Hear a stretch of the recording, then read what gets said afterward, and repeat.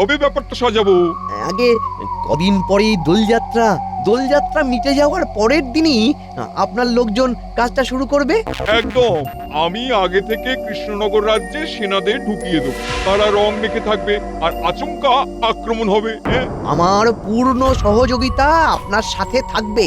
শুধু আমার সিংহাসন পাওয়ার ব্যাপারটা আপনি দেখে নিন। আরে বাবা আপনি পাবেন আমাদের জাহাপানা যাকে বলে কিনা একেবারে উদার মানুষ। কিন্তু যতবারই পরিকল্পনা হয় ততবারই তো গোপাল কোনো না কোনো ভাবে সব ভেস্তে দেয়। সেই জন্যই তো এবার যা হবে সব রং মেখে। তাহলে আমি এখন আসি নবাব বাহাদুর। হ্যাঁ হ্যাঁ হ্যাঁ, এসো এসো এসো।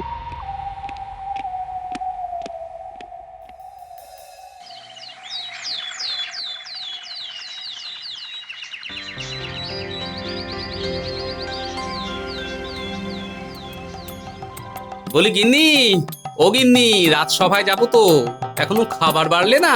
সে না হয় বেড়ে দিচ্ছি, তবে আজকে কিন্তু নুন ভাত। হ্যাঁ, কেন, তরকারিদের কি জ্বর হয়েছে নাকি, না পেট খারাপ যে আমাদের বাড়িতে আসেনি? তোমাকে কালকে পই পই করে বলেছিলাম রাজসভা থেকে ফেরার সময় কিছু শাকসবজি নিয়ে এসো। কে শোনে কার কথা? ভাড়ে মা ভবানী, আমার ট্যাগ পুরো ফাঁকা, কি করে আনবো বলো? তাহলে নুন ভাতই খাও।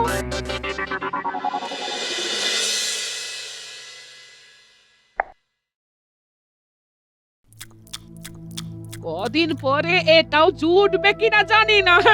ও মা গো, তুমি কেমন ঘরে আমার বিয়ে দিলে গো? আহ, এই সকাল সকাল কান্নাকাটি করো না তো, আমি দিশেহারা হয়ে যাচ্ছি। তখন তোমাকে বারবার বলেছিলাম শীতকালে ওই পশ্চিমের জমিটায় বোরো ধান লাগিও না, লাগিও না, সব নষ্ট হলো। আর অর্থের জলাঞ্জলি হলো। ওই মহারাজের কাছ থেকে অর্থ ধার নিয়েই তো চাষটা করিয়েছিলাম। এবার এবার ভাগ্য আমার কপালে লাথি মারলে আমি কি করতে পারি বলো তো গিন্নি? যাও যাও, রাজসভায় গিয়ে মহারাজকে বলো তোমাকে টাকা ধার দিতে। দুদিন ছাড়াই তো তুমি ওর কাছে ধার করে মহাজনকে শোধ করছো। উনি আর এক সপ্তাহ সময় বেঁধে দিয়েছেন। হ্যাঁ, একটা সপ্তাহ মানে ওই দোলযাত্রার পরের দিন দেখছি দেখছি কি করা যায়।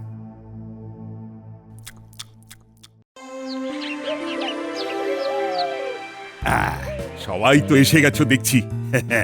আজকে রাজসভায় আলোচনায় একটা চমক আছে। মহারাজ, এখন আমার জীবনটাই ধমক দিচ্ছে। কি চমক দেবেন শুনি? কেন কেন গোপাল, তোমার কি হলো? মহারাজ, আপনি একদম গোপালের ন্যাকা বোকা কথা শুনবেন না, মানে পাত্তাই দেবেন না। মন্ত্রী, এখন কি তোমার পরামর্শ শুনেই আমাকে কাজ করতে হবে নাকি?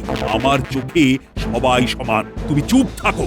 মন্ত্রী মশাই, চিরকাল তো আপনি মন্ত্রণা দেওয়ার বদলে মহারাজকে যন্ত্রণা দিয়ে গেছেন, তাই আপনাকেই মহারাজ পাত্তা দিলেন না। পরেই আসল যন্ত্রণা শুরু হবে।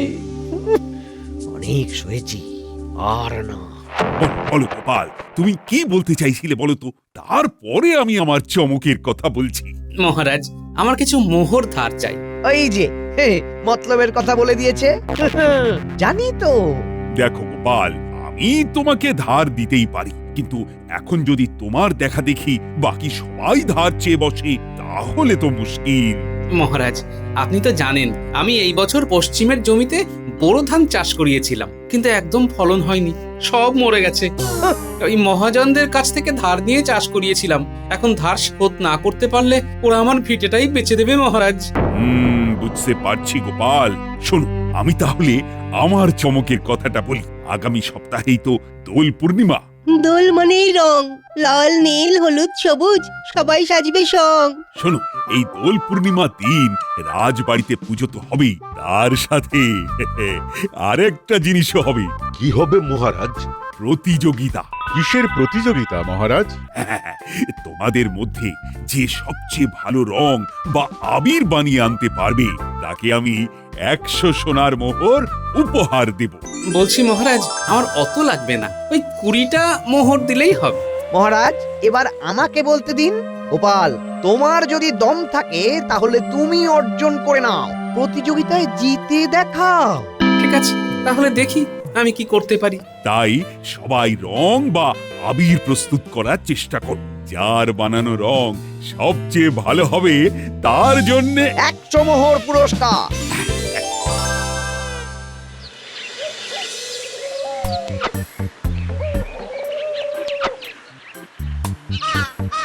আমার জড়িবুটি বানানো হয়ে পাকাপোক্ত হাত। এবার পলাশ ফুলের পাপড়ি দিয়ে এমন আবির বানাবো না, প্রথম পুরস্কার আমার দরজায় এসে কড়া নাড়বে। একি একি আমার পিঠে কে টোকা দিচ্ছে? তা গোপাল, তুমি রং বানাচ্ছ না? আমার জীবন থেকে সব রং মুছে গেছে। আরে চেষ্টা করতে দোষ কি? বলছি বৈদ্য, আপনি যদি প্রথম পুরস্কার পান তাহলে আমাকে 30টা মোহর ধার দেবেন? না না না না, ধার কেন দেব? তুমি চেষ্টা করো। সারা জীবন তো মহারাজের সব উপহার পুরস্কার তুমি বুদ্ধি দিয়ে বাজিমাত করে নিয়েছো। তুমি না চেষ্টা করলে এবার না হয় আমি পাবো। আরে আমার তো মাথার মধ্যে এখন একটাই চিন্তা। ঠিক আছে, দেখি কি করা যায়।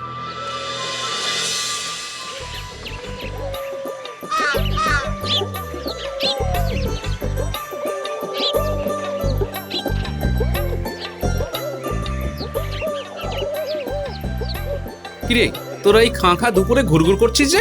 আরে দাদু, দেখতে পাচ্ছ না আমরা নেড়াপোড়ার বন্দোবস্ত করছি। দোল পূর্ণিমার আগের দিন বিকেল বেলা রাজবাড়ির মাঠেই তো নেড়াপোড়া হবে। এবার সব দায়িত্ব আমাদের, তোমাদের চাপ কমে গেল।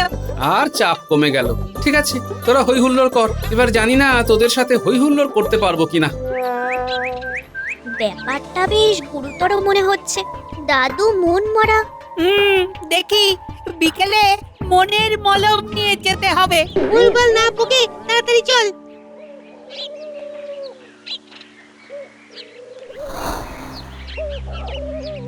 ওগো, আমার কি সর্বনাশ হলো গো! আরে আরে আরে, করছেন কি? আরে আমাদের খাট নিয়ে চলে যাচ্ছেন কেন?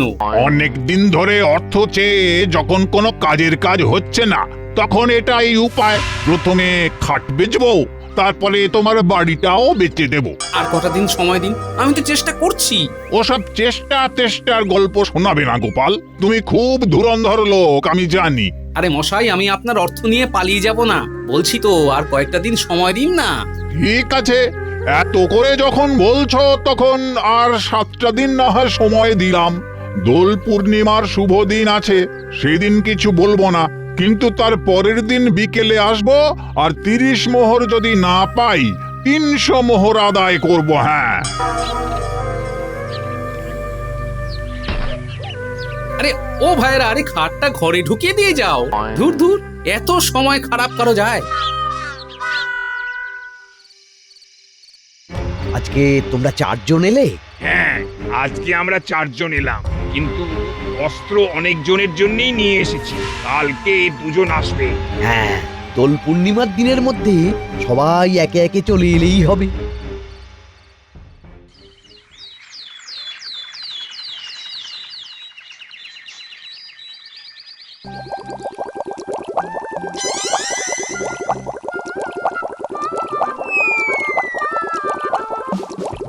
এই তো হয়েছে হয়েছে হয়েছে।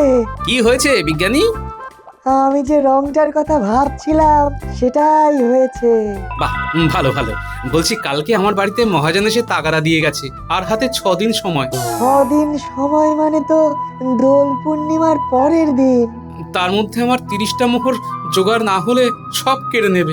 এই গোপাল, তুমি বুদ্ধিমান, বিচক্ষণ। এরকম ভেঙে পড়া তোমাকে মানায় না। হ্যাঁ, আমি যে ঘুরে দাঁড়াবো সেটার কোনো রাস্তাই তো খুঁজে পাচ্ছি না। তুমি কিছু বন্ধক রাখতে পারো, যদি গয়নাগাটি কিছু থাকে। দেখছি এখন তাই করতে হবে। বলছি, একটা কাজ করো না। কি কাজ? আমার তো একজনের সংসার, গবেষণার চক্করে তেমন রান্না করার সময় পাই না। তোমার গিন্নি যদি আমার প্রত্যেক দিনের রান্নাটা করে দিতেন, তার বদলে তুমি কিছু মোহর নিলে কেমন হয়? ভালোই হয়। কবে থেকে করতে হবে বলো? এই আজকে থেকেই। এই নাও, বাজার দোকান করে ফেলো আর রান্নাও করতে বলো। আজকে থেকে দুপুরে আমি তোমার বাড়িতে খেতে যাব। ও তুমি আমাকে ঘুরিয়ে সাহায্য করতে চাইছো তাই না বিজ্ঞানী? ইয়ে না মানে তোমাকে কি করে লোকাই বলো? তুমি তো জানো আমি তোমাকে বন্ধু হিসেবে কতটা ভালোবাসি। দুপুরের খাবারটা এবার থেকে তোমাদের বাড়িতেই খাবো, রাতে নিজের মতন কিছু একটা করে নেব। হ্যাঁ,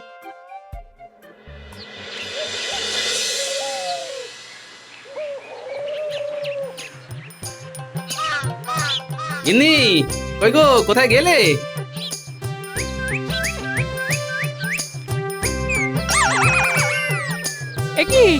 একি তুমি এই অভাবে সংসারে এত বাজার কোথা থেকে নিয়ে এলে গো? হ্যাঁ? আজকে না আমাদের বাড়িতে একজন অতিথি আসবে গিন্নি। কে? হ্যাঁ? বিজ্ঞানী। ও আজকে থেকে আমাদের বাড়িতে খাবে। তুমি ঝটপট রান্না শুরু করো দেখি, তোমাকে পরে বলছি।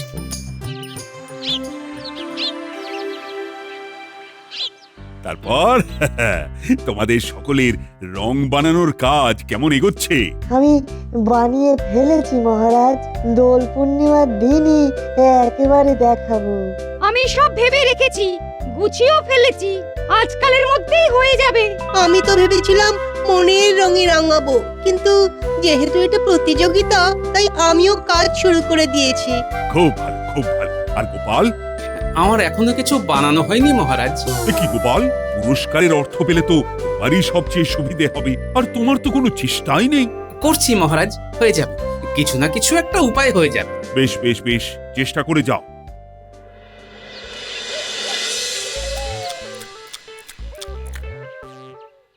সত্যি গোপাল, তোমার গিন্নির হাতে স্বয়ং ঈশ্বরের বাস। এত সুন্দর রান্নার হাত। তুমিও একটা বিবাহ করবে নাকি? পাত্রী দেখবো। গোপাল, কি যে বলো।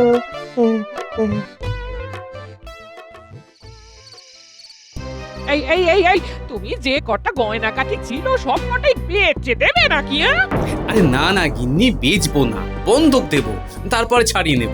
না না না, এসব আমি করতে দেব না। তাহলে আর কি করা যাবে, আমি আমার আংটিটাই বন্ধক দিয়ে আসি। হ্যাঁ তাই করো, আমার মাত্র 2-3টে গয়না, সেগুলোতে হাত দেবে না বলে দিচ্ছি। হ্যাঁ বেশ।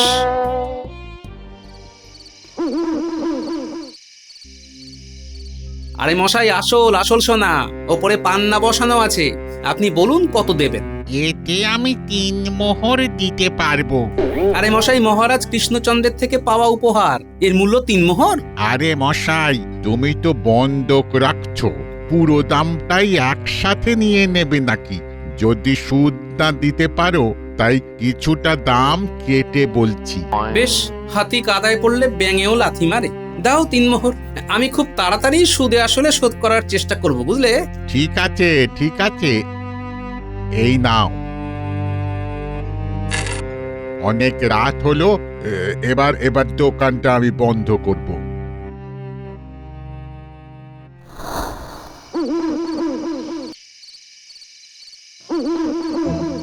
আরে এত রাতে মন্ত্রী মশাই কার সাথে কথা বলছে? আচ্ছা, তাহলে আজকে বলতে চাইছো দুজন নয়, একসাথে 20 জন আসবে, তাই তো? হ্যাঁ, তাই আপনাকে ওই একটা গরুর গাড়ি পাঠালে হবে না। হ্যাঁ, সে না হয় ঠিক আছে, অস্ত্র কেমন আসবে? সবাই অস্ত্র নিয়েই আসবে, নিজের নিজের, আর বেশ কিছু অতিরিক্ত আনবে। হ্যাঁ। আচ্ছা, দোল পূর্ণিমার পরের দিন রং মেখে আক্রমণ করতে হবে, কিন্তু তাই সবাইকে ভালো রং আনতেও বলে দিও। আরে বাবা, এটার আয়োজন না হয় আপনিই করুন। আরে বাবা, আমরা কর্তাগিন্নি দুজনের সংসার, যদি এত রং কিনতে যাই তাহলে সন্দেহ করতে পারে তো। আচ্ছা, বেশ বেশ, রং পাঠিয়ে দেবো, ওই বিভিন্ন রকমের রং দিয়ে পাঠাবো। হ্যাঁ, নবাবের সেনা রং মেখে আক্রমণ করবে। একদম, দোল পূর্ণিমার পরের দিনই কৃষ্ণচন্দ্রের জীবনে অমাবস্যা নামবে। ঠিক আছে, আমি এখন আসি, আর 1 প্রহরের মধ্যেই সেনারা চলে আসবে।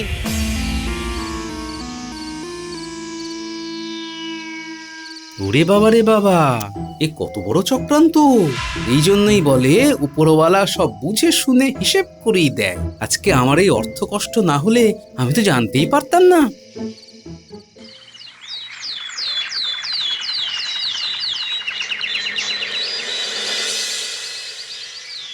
সত্যি ন্যাপলা, তোরা দারুণ সুন্দর চাঁচর বানিয়েছিস রে।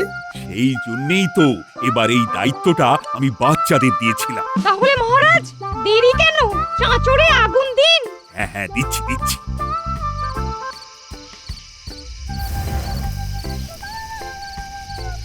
আজ আমাদের নেড়া পোড়া, কাল আমাদের দোল। পূর্ণিমাতে চাঁদ উঠেছে, বলো হরিবোল। কি মজা, কি মজা। তাহলে দেখতে দেখতেই দোল পূর্ণিমা চলেই এলো। কালকে সবাই রাজবাড়িতে চলে এসো কিন্তু। আর হ্যাঁ, তোমাদের নিজেদের বানানো রং নিয়ে আসবে।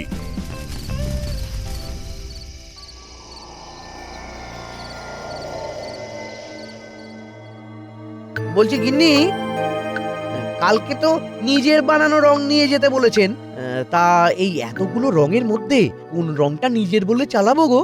হ্যাঁ যেটা তোমার ইচ্ছে। হ্যাঁ, বাদুড়ের রংটাই নিয়ে যাব। নবাবের সেনারা বাকিগুলো মেখে ঘুরবে। বেশ, অনেক রাত হলো, এবার রঙের ঢং ছেড়ে ঘুমো।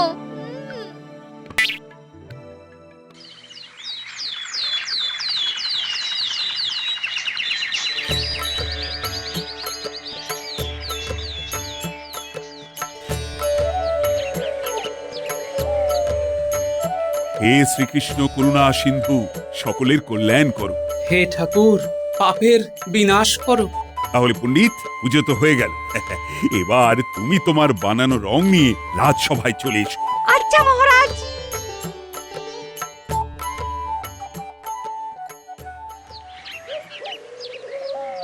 কই দেখি কে কিরকম রং বানিয়েছো।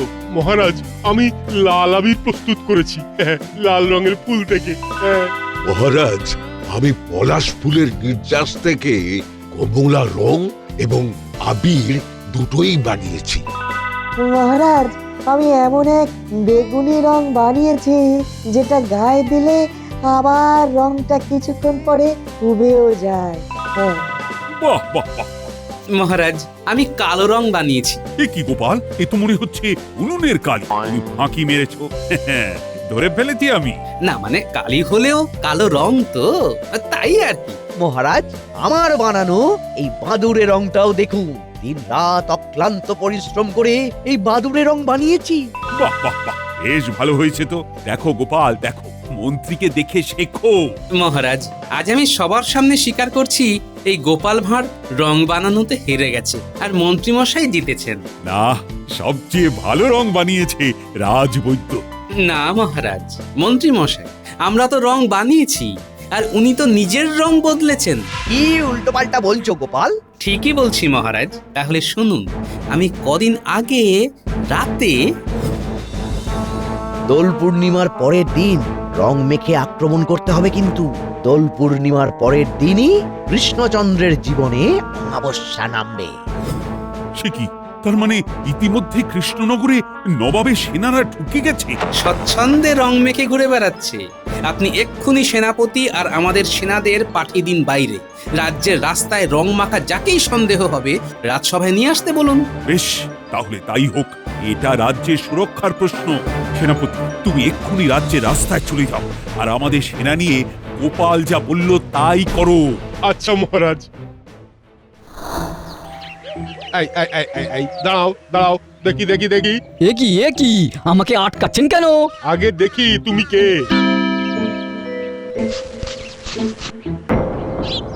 তোমাকে তো অচেনা মনে হচ্ছে। হ্যাঁ, তা তোমার বাড়ি কোথায়? হ্যাঁ, আমার মানে মানে এখানেই। এখানে কোথায়? এখানেই। এই প্রহরী, প্রহরী, একে ধরে নিয়ে চলো, ধরে নিয়ে চলো।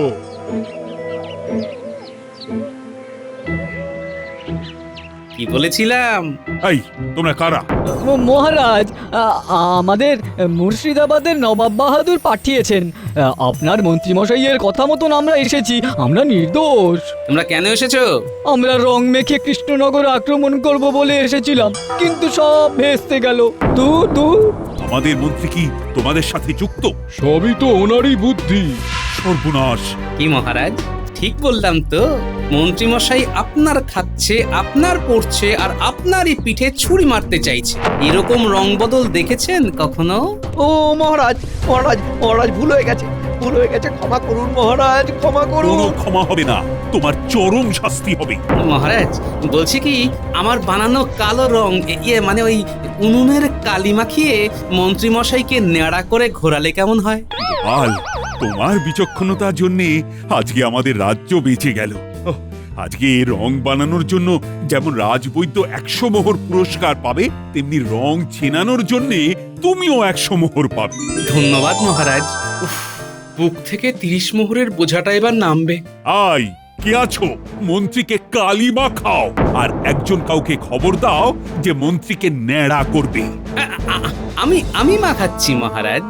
আর আমি এই তলোয়ার দিয়েই মাথাটা চেঁচে দিচ্ছি।